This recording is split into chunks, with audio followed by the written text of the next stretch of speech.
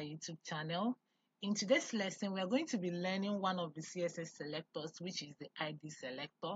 We are going to understand how to make use of ID selector in designing our website. If you like this kind of content, do well by subscribing to our YouTube channel and also hit the notification button to know when we are going to post our new videos. Let's go in details to learn how to design with our ID selectors. ID selectors are being used to select an element based on their value of its attribute that has the values that has ID attributes. That's what we use to design our ID selectors. Let's go into our Visual Studio Code to learn how to design with our ID selectors. Let's say we have two divs. A div is a box, like I said earlier. We have two divs.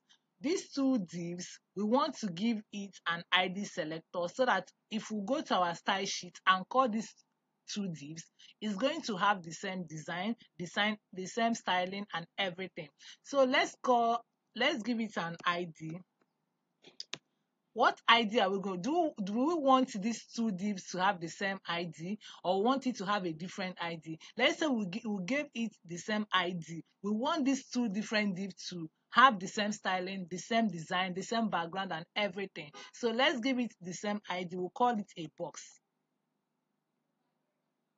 We'll call it a box. So give it the same ID and call it a box. Make sure the name you gave to those two boxes, that's exactly what you're going to call in your style sheet.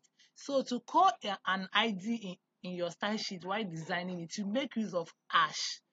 Hash is used to call an ID. Like we said in our last class that a class and a dot is used to call a class, but for you to call an ID, you make use of hash. Hash is used to call an ID. If you write hash, then you write the ID name.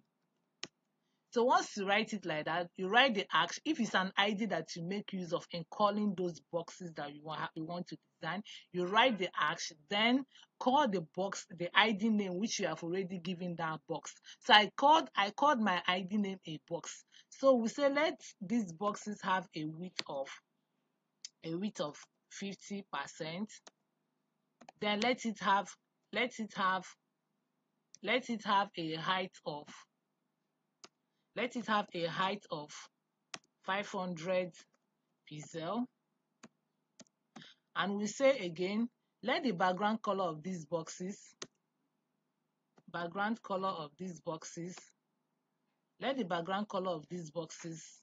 be aqua. So let's save it and run it. Let's see if the ID that we have called, the design we have given to these two boxes will reflect in our browser. Let's refresh it. Have you seen all of them? The two of them immediately has effect of our design. Let's give it a margin top. Let's say margin top. Let's give it a margin top of 40 pixel. Let's save it and run it again. Have you seen? Immediately it takes effect because we called it the same ID name and we called the same ID name in our style sheet. That's why it took effect in both of them. If you have not listened to our HTML classes, you can still go back to our HTML classes, listen to them, understand them so that you can be able to design while designing your CSS. Do well to join us in our next class and make sure you turn on the